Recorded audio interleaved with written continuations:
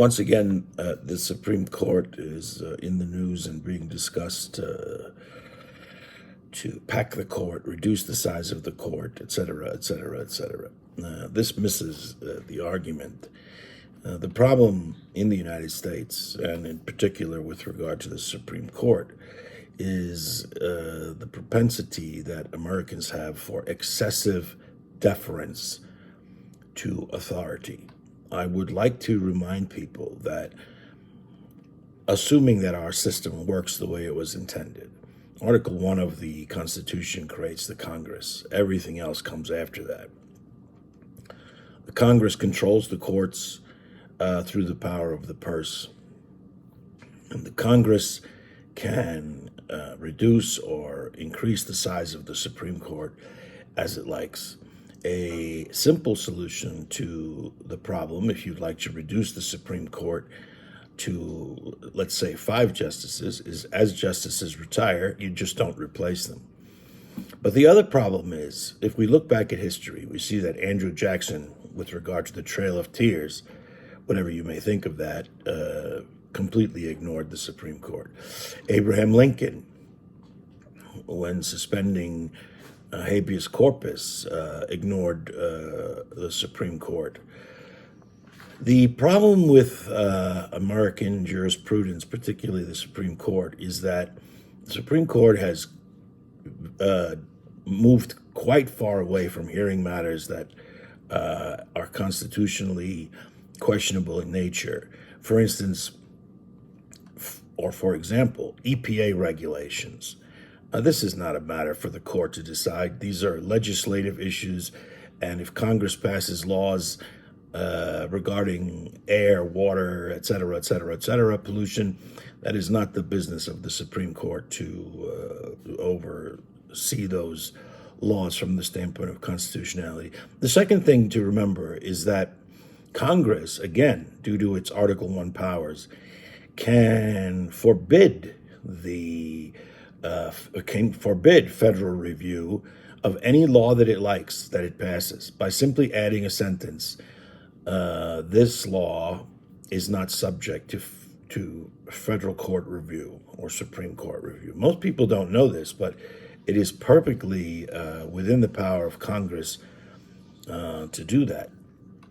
And this, I would add, with regard to the ignoring of the Supreme Court by Andrew Jackson and Abraham Lincoln, those were matters that were far more serious than, let's say, EPA regulations imposing some burden on a corporation.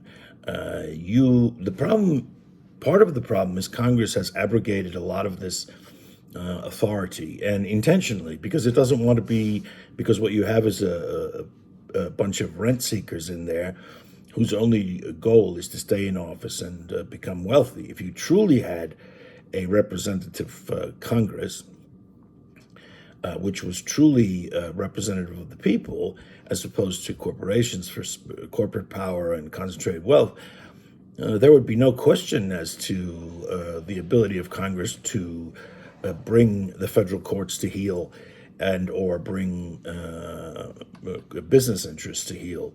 The problem is Congress is more than happy to let the president and the courts exercise almost unlimited and unbridled authority so that if something goes wrong, they don't get blamed. So what really should happen is there has to be a wholesale re-understanding of this a priori, if you will, deference to authority. A priori meaning before anything else. You can respect the office, but you don't have to respect the person holding that office. In the military, you salute the rank, not the man. And I think the problem here is that people are all too willing to defer with regard to things that can affect the lives of tens of millions of people simply because the Supreme Court said so. Anything that is going to be beneficial to the public and the Supreme Court happens to rule against it, the Congress should simply ignore it. And do it at once anyway. The Supreme Court intentionally has no enforcement powers of its decisions, merely the power of persuasion, in that people believe that what the Supreme Court says is the law of the land, which is also, in fact, not the case. So people should be less deferential to authority. People should question authority, and certainly not treat the Supreme Court as if it's as if these people are high priests of the law or anything other than that. They are merely a inferior branch of the federal government, as is the presidency.